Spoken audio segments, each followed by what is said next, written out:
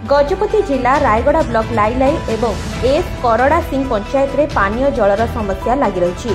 गत 6 मास तले पानीय जलर समस्या को नहीं दुई पंचायत लोके ग्राम्य परिमल और जल विभाग कार्यालय घेराव करने सह जोरदार आंदोलन करते।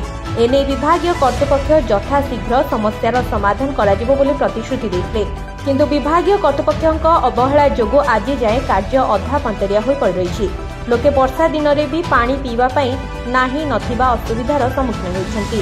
तेनु आज पुणी दुई पंचायत लोके विभागीय मुख्य जंत्री को भेटी तांको चेतावनी दैछन्ति।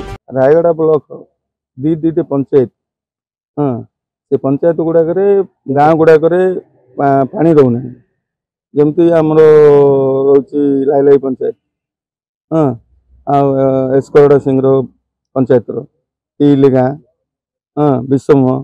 विषमपाड़ू कौन साई लोबा बड़रईत साई बहंडा ए गाँ जाक पैसा आसी कम 90% काम सर किंतु कम पानी लोक पाऊना से आम बारंबार आसिक अभियोग कर थे अभियोग कले 20% काम कर थे अभियोग कले आउ 10% करमती चल चल वर्ष है लोक पानी मिलूनी। सरकार पैसा खर्च कर विभागीय अधिकारी माने निर्लक्षण आज लोक मैंने पानी पीऊना से सचेतन करने आसलु।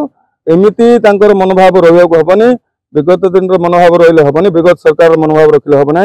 वर्तमान सरकार मनोभाव होती दृढ़ प्रतिवाद करम कम कर जदि ना हम आगामी दिन में ऑफिस आगे बसिक खाई पी ये रहू पानी देले गाँव को जीव। जदि आगामी 1 मास मध्य समस्यार समाधान न करे तेबे गाँ लोके निज परिवार सह आसी पानी न मिलवा जाए विभागीय अधिकारी कार्यालय रे रांधी भाड़ी खाई रहिबे एवं पानी मिलवा परे ही गाँ को फेरबे बोली चेतावनी दैछन्ति। ब्यूरो रिपोर्ट प्रयास न्यूज।